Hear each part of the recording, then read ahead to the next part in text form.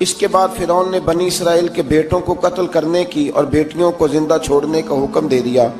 موسیٰ علیہ السلام نے قوم کو صبر کی تلقین کی اور کہا کہ نیک انجام اہل تقوی کے لیے۔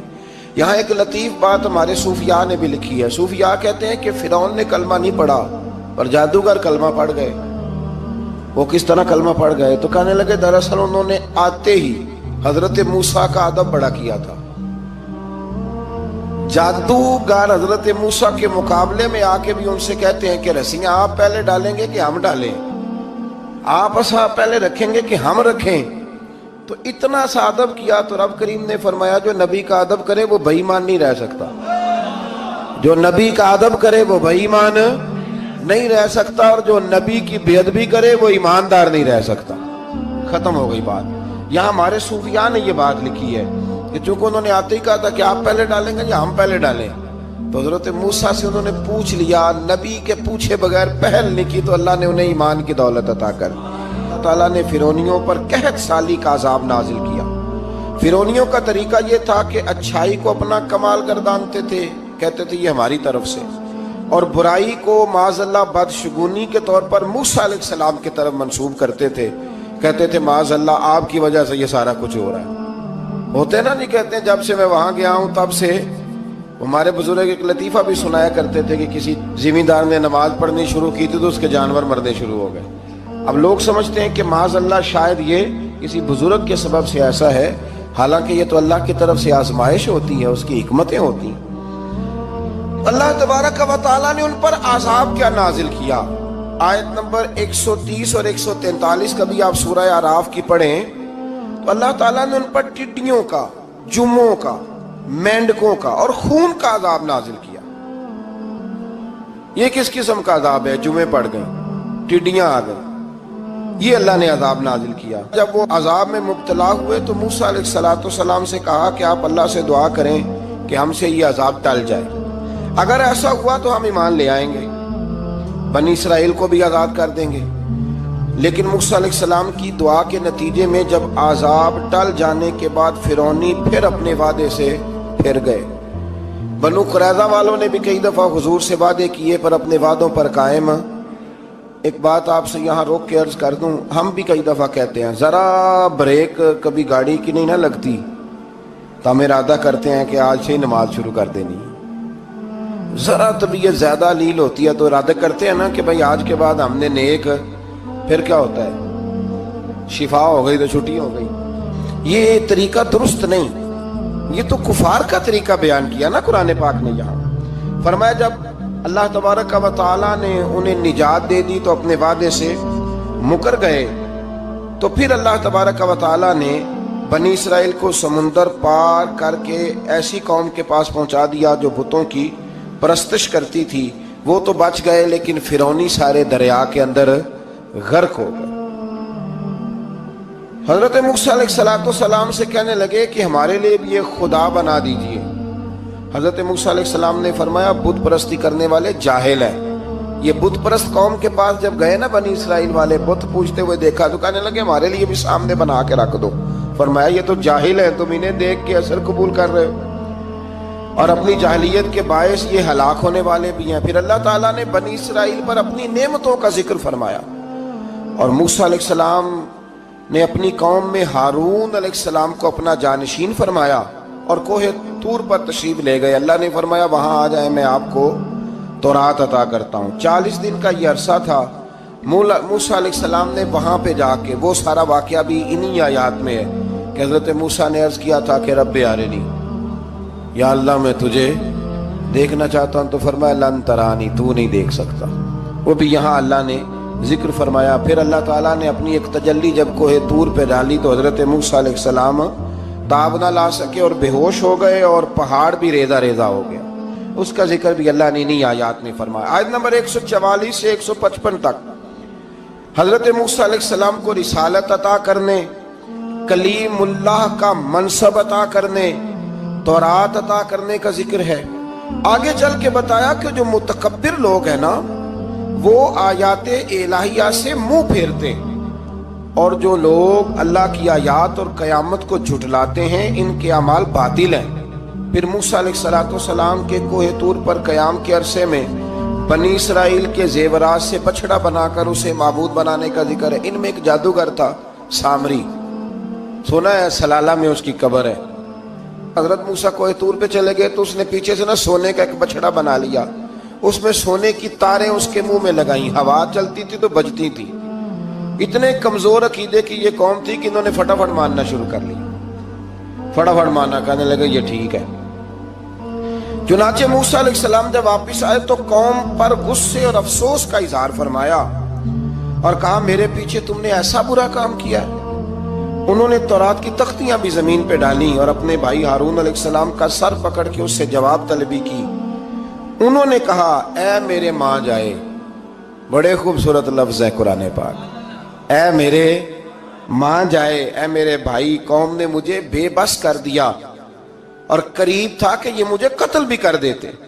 اب آپ مجھ پر سختی کر کے دشمنوں کو ہنسنے کا موقع نہ دیں، کبھی بھی دشمنوں کو اپنے اوپر ہنسنے کا موقع نہ دینا چاہیے۔ پھر آیت نمبر 151 میں موسیٰ علیہ السلام کی دعا اور کلمات استغفار کا ذکر ہے۔ آگے چل کے بتایا کہ غصہ ٹھنڈا ہونے پر موسیٰ علیہ السلام نے تورات کی تختیوں کو اٹھایا جن کی تحریر میں اللہ سے ڈرنے والوں کے لیے ہدایت اور رحمت کی بشارت تھی۔ آیت نمبر 156 سے لے کر 158 تک میں موسیٰ علیہ السلام کی دعا کا ذکر ہے، جس میں انہوں نے اپنی قوم کے لیے اللہ تعالیٰ سے دنیا اور آخرت کی بھلائی مانگی۔ اللہ تعالیٰ نے فرمایا یہ کامل نعمت میں ان لوگوں کو عطا کروں گا جو ایمان کے ساتھ تقوی بھی اختیار کریں گے، یہ انہیں